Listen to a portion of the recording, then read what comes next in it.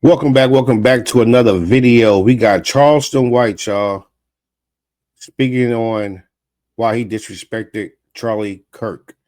So, if y'all new to the channel, go ahead and like the video, smash the subscribe button, and turn on your notification bell so you don't miss when I drop a video. Let's get straight into it, you guys. Charleston White. Yeah. I'm starting to think that's my name. We're back, man. For the first time, Yeah, I've really been worried about you, man. Oh, you have? Since the Charlie Kirkland situation. Oh, you worried about me and Charlie Kirk? Well, this is the first time you made white people mad. And when you make white people mad, it's a totally different mad than black people different mad. Well, I done made him mad before. I just wasn't as big. You know, I went against our local. Yeah, because when white people mad at you, you get canceled. Black people, you know what I mean, you just gonna have to, pretty much go to war or something, but you get canceled. Police department when Dacian Steptoe killed Officer Garrett Hull. Mm-hmm. So that was really my claim to fame to the internet. Is when I was on Facebook and I became frustrated from working in the community. Black people started making me feel like, man, you selling out, you pandering to the Republican Party. So I was real big in the Tarrant County GOP Republican Party, as well as the RPT Republican Party of Texas, as well as the National Republican Party. So I was a rock star amongst white people. Right. And step into Wix Studio. Kick off projects. I had started using the word online. So I was transitioning from being clean cut, bow tie, shirt tail tucked in to start growing a fro, my dreads. So I started using the word because I saw how offensive it was. So ER or NA. The word to a lot of people there's no difference than ER or A. It's the term. So that's probably one of the most powerful words in the English dictionary. One of the most powerful offensive word in the English dictionary. So I use that word as a tool to make white people uncomfortable, to make black people uncomfortable. So it's a very uncomfortable word.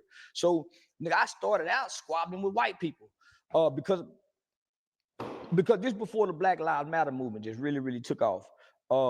I quit squabbling with white people because niggas wasn't ready to die. Every police shooting, homie, I never seen a group of niggas that was ready to die. I noticed that we don't have no crash outs. The little white kid that killed Charlie Kirk, he a YN, but he a white YN. That's their crash out. The 19-year-old Dylan Roof, they got crash outs. So if you look at all the most recent mass shootings in the last 2 years, it's been young white boys that who know how to operate guns to go kill people. So I said, man, I quit squabbling with white people, and here's why. Because when Dacian Steptoe killed Officer Garrett Hull, they executed him on the spot. So they hunted him all day long. He had been committing robberies. He had been robbing Mexican bars. And I was partnering with Fort Worth Police Department at the time with this new federal national initiative that they had that was called a 21st century community policing. So they were doing a national initiative with this term called procedural justice, and procedural justice was supposed to make cops more empathetic, more sensitive to the struggles in the history of black people in our relationship. Well, the Fort Worth Police Department, obviously this is something officers had a pushback, and then the black community didn't want to get involved in it. So they used me to be a spearhead. So I bought into it, I believed in it. So during this time, Dacian Steptoe kills Officer Garrett Hull. They should have been arrested him because they already had a warrant for him. So they followed him around all day long. Let me speed this story up. They followed him around all day long, watched him go into a bar, had undercover officers in the bar. And when they came in to rob, they put everybody's life in jeopardy rather than stop them and go into the bar. So they allowed them to go into the bar, freeze, everybody get down. And then the police, freeze, it's the police. So Dacian ran out. Officer Garrett Hull chased him. in the process, he fired one shot and killed Officer Garrett Hull. So you got to think, I got homie at this time.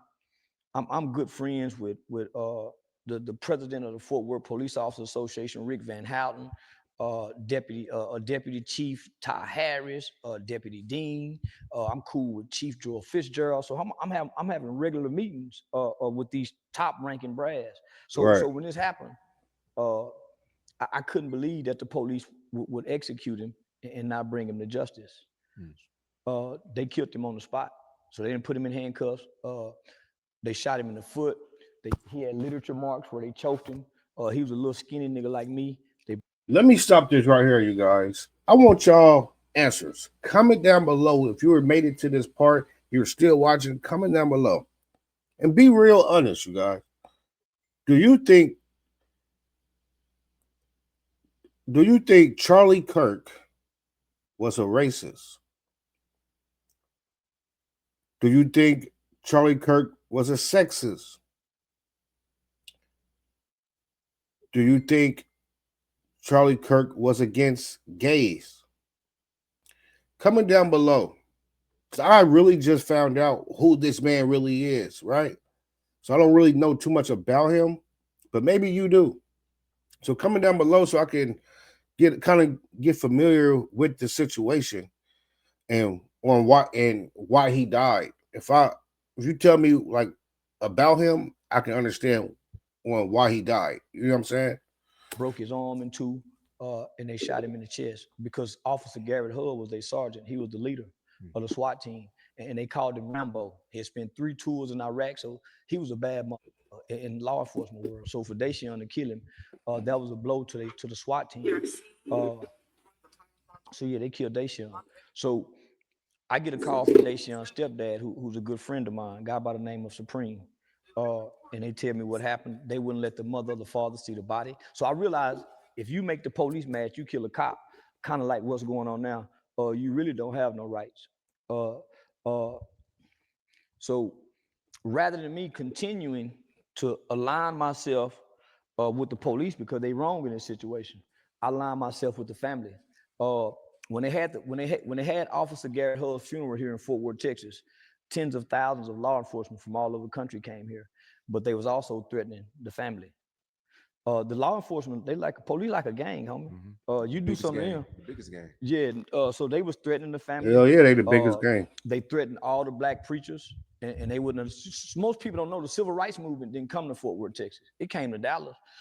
Dr. King had to sneak and come to Fort Worth. He couldn't openly come. So the Fort Worth, Texas have never had a black civil rights movement. So the black people there are very subservient. They've never bucked white people in Fort Worth, other than a few street guys. So introducing Grammarly, like you've never seen before. Your all-in-one writing essential. I started bucking. I started bucking, and I started going online promoting cop killing. But let me just say this. I had got into it with police during a city council meeting a week or 2 weeks before Officer Garrett Hull got killed. And I made a post online that I said, I pray in the name of Jesus that a Fort Worth police officer dies in the line of duty. And then I said, and then it was a councilwoman by the name of Gina Bivens. I also made a public prayer in the name of Jesus that councilwoman Gina Bivens have a heart attack. Both of those happened within 2 weeks. Wow. Is this the viral when you're in the just the time I was going to the city council with nigga on my shirt, hollering about I wish we can rape white women. So homie, I had already been bucking white people. Well, he bogus for that. He should never say nothing about the R word. It's like the straight A student all of a sudden just turned gangster and they said, man, something happened to Charleston. So nigga, I'm bucking white people in a way. When you said those two things and they happened, did people, I mean. Yeah. So let me tell you what happened. So when that happened, homie,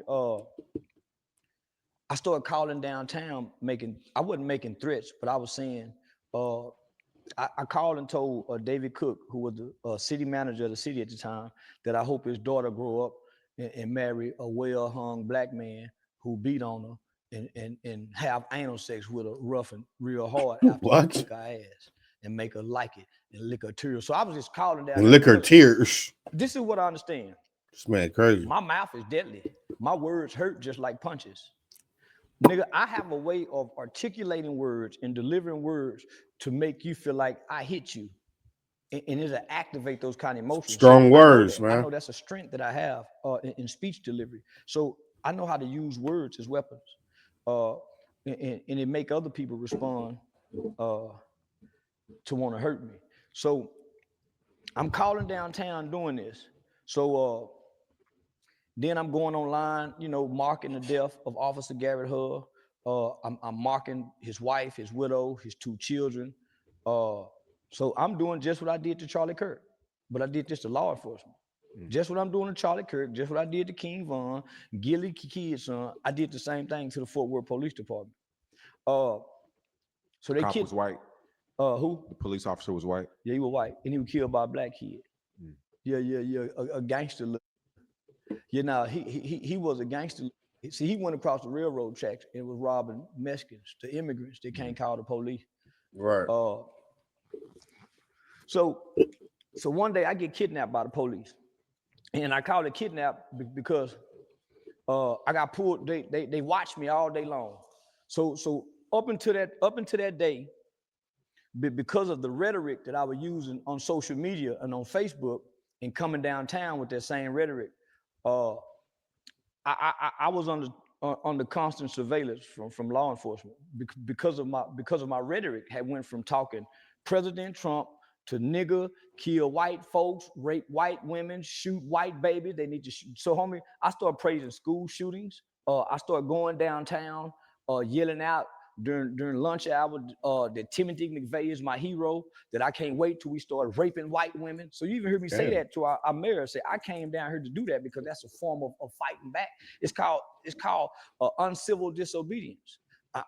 You can have civil disobedience, but I'm being uncivil, but I'm not breaking any laws because I'm not threatening. Yeah, cussing is a disorderly conduct. So my rhetoric had changed, homie. So they put me under surveillance, sat on me all day long. I was sitting at the classy lady, decided to leave one day, and when I look up, I got a bunch of cars following me. Yo, there we have it. Charleston White on his thoughts and why he disrespected Charlie Kirk. Comment down below in the comments, you guys. Let me know y'all thoughts on Charlie Kirk and if Charleston is wrong for talking or disrespecting Charlie Kirk. Let me know if you think he right for talking like that and disrespecting Charlie Kirk. Let me know down below. But don't forget to like the video and subscribe. Turn on your notification bell because I love y'all and I hope y'all love me, man. Stay positive, stay free. Until the next video. I'm Maury. Peace.